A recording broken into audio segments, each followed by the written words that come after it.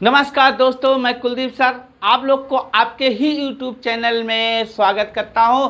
तो आइए देखते हैं, मैं आप लोग के बीच में वर्ब का सेकेंड फॉर्म लेकर आया। वर्ब का सेकेंड फॉर्म और इसके साथ हैज और हैव के साथ वर्ब का थर्ड फॉर्म। अब बताइए वर्ब के सेकेंड फॉर्म और हैज हैव वर्ब के थर्ड फॉर्म में क्या अंतर होगा, मैं बताऊंगा। इसका प्रयोग इसके स्थान पर कर सकते हो और इसका प्रयोग इसके स्थान पर कर सकते हो। जहां वर्ब का सेकेंड फॉर्म है, इसको हम वर्ब के सेकेंड फॉर्म में भी बना सकते हैं और वर्ब के सेकेंड फॉर्म को हम वर्ब के थर्ड फॉर्म में भी बना सकते हैं हैज हैव के साथ। लेकिन कैसे बनाते हैं, अंतर क्या है? जब हम अमेरिकन इंग्लिश पढ़ते हैं तो हमें वर्ब का सेकेंड फॉर्म मिलता है। कोई काम पूरा करने के लिए, कंप्लीट करने के लिए वर्ब का सेकेंड फॉर्म काम का परफेक्ट होता है।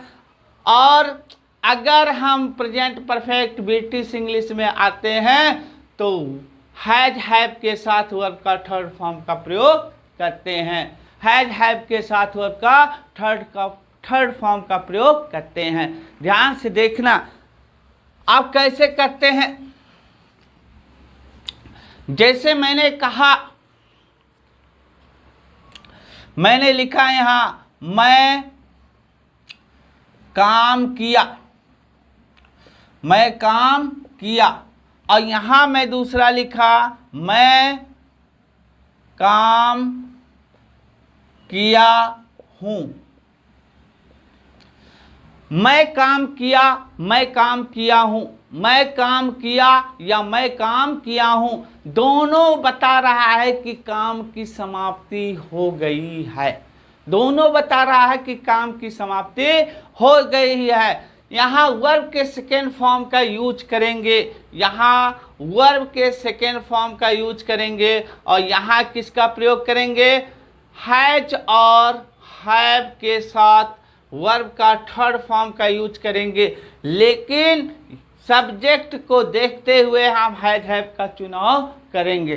ध्यान से देखना बाबू, एक एक समझ में आएगा। अब जैसे मैंने लिखा मैं काम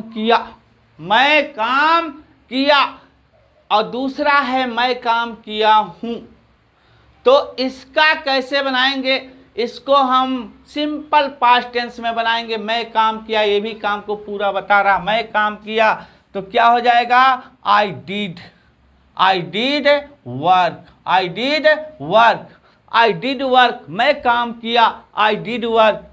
दूसरा है मैं काम किया हूं, क्या हो जाएगा? I have done. अब डिड का थर्ड फॉर्म क्या हो जाएगा दोस्तों? डन। आई हैव डन क्या हो जाएगा? वर्क। आई हैव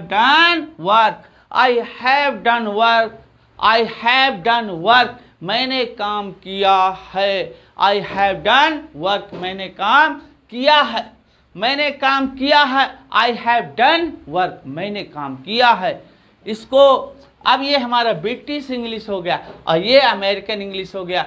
अमेरिका वाले क्या करते हैं? कोई काम की पूर्ति हो जाती, पूर्ण हो जाता है तो उसे पास्ट में ज़्यादातर यूज करते हैं, पास्ट इंडेफिनिट में। और इंडिया वाले क्या है, यानी अंग्रेज वाले, पूरे एशिया वाले क्या करते हैं कि उसे हम प्रेजेंट परफेक्ट टेंस में बनाते हैं। British English present perfect tense में बनाते हैं और अमेरिकन इंग्लिश पास्ट इंडेफिनिट में होता है। अगला इसी तरह बहुत से सेंटेंस बना सकते हो। जैसे मैंने लिखा मैं उससे मिला, मैं उससे मिला। और यही आ जाए मैं उससे मिल लिया हूं, यानी मिल चुका हूं, मिल लिया हूं या मिला हूं। ध्यान से देखना, मैं उससे मिल लिया हूं, दोनों का अर्थ एक ही होगा। लेकिन इंग्लिश कैसे बनाएंगे? इसमें देखो हा, है, हो, हूँ आया है नहीं आया है, था थी आया है नहीं आया है, तो ये किस में जाएगा? Simple in present, simple past. Simple past, simple past मतलब क्या होता है? Past indefinite. सिंपल पास्ट मतलब पास्ट इंडेफिनिट। अब मैं उससे मिला, क्या हो जाएगा?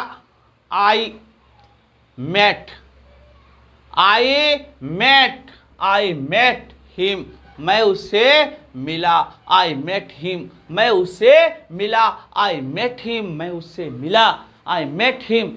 अब मैं उससे मिल लिया हूं, यहां देखो मिल लिया हूं, आ है, या है, ई है, तो प्रेजेंट परफेक्ट टेंस। अब मैं उससे मिल लिया हूं तो क्या हो जाएगा? I have, I have met him, I have met him, मैं उससे मिल लिया, आई हैव मेट हिम, मैं उससे मिल लिया हूँ, आई हैव मेट हिम, मैं उससे मिल लिया हूँ या मिला हूँ, आई हैव मेट हिम। अगला देखो, अगला अगला सेंटेंस, अगला है दोस्तों,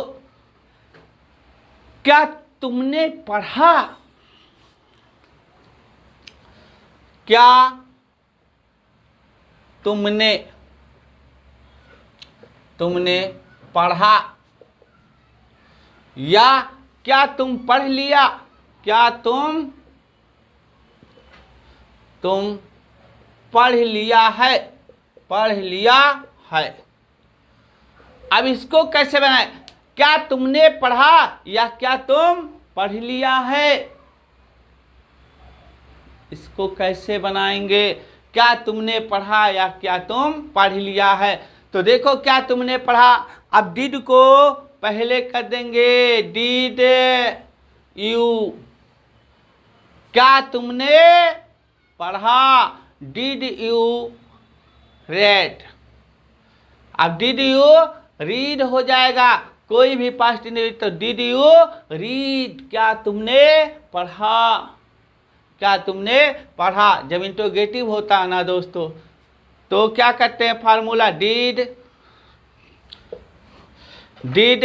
प्लस सब्जेक्ट प्लस वर्ब का फर्स्ट फॉर्म प्लस ऑब्जेक्ट, इस सेंस में बन जाता। अगर WS फैमिली से शुरू होता है, कब, कहाँ, क्यों, क्या, कैसे, तो व्हाई, व्हाट लगाते हैं, इनके पहले डिड के पहले लगा देते। अब इसी फार्मूले पर क्या तुमने पढ़ा, तो इसी फार्मूले पर बन जाएगा डिड यू रीड, क्या तुमने पढ़ा। अगला, अब यहाँ क्या तुम पढ़ लिया है, क्या तुम पढ़ लिया है, क्या तुम पढ़ लिया है। तो अब देखो यहाँ लिया है मतलब पढ़ चुका है, तो क्या हो जाएगा ये, हैव यू रेड। ये फर्स्ट सेकंड थर्ड फॉर्म होता है, लेकिन इसका pronunciation red. Have you read, have you read, क्या तुमने पढ़ लिया है, क्या तुम पढ़ लिया है, हैव यू रेड, क्या तुम पढ़ लिया है, हैव यू रेड। अगला, अगला इसी तरह, अगला देखो, वह बोली, वह बोली, क्या हो जाएगा, वह बोली, वह बोली, बोली, और वह बोली है, वह बोली है। अब बताओ, वह बोली और वह बोली है, तो इसको कैसे बोलेंगे। यहाँ देखो वह बोली, यहाँ कुछ नहीं, क्या हो जाएगा, सी स्पोक, सी स्पोक, वह बोली, सी स्पोक, वह बोली, सी स्पोक, वह बोली, और वह बोली है, तो क्या हो जाएगा, sea has spoken, sea has spoken, sea has spoken, sea has spoken. यहाँ सी हैज स्पोकन और सी स्पोक, सी स्पोक वह बोली, और सी हैज स्पोकन वह बोली है। दोनों तरह से बनाइए दोस्तों। अगला,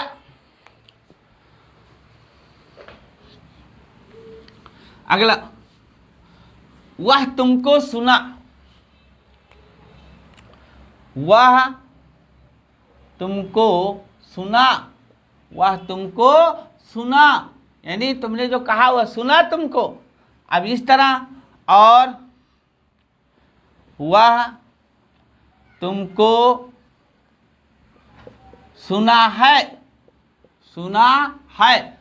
अब देखो, वह तुमको सुना है और वह तुमको सुना, इसको कैसे बनाएंगे? वह तुमको सुना तो क्या हो जाएगा? वह तुमको सुना तो क्या हो जाएगा? वह तुमको सुना, ही listened, he listened to you, he listened to you, he listened to you। क्या कह रहा? वह तुमको सुना, he listened to you, वह तुमको सुना, he listened to you, वह तुमको सुना, he listened to you। लेकिन वह तुमको सुना है, वह तुमको सुना है, तो यहाँ क्या हो जाएगा? he has listened to you।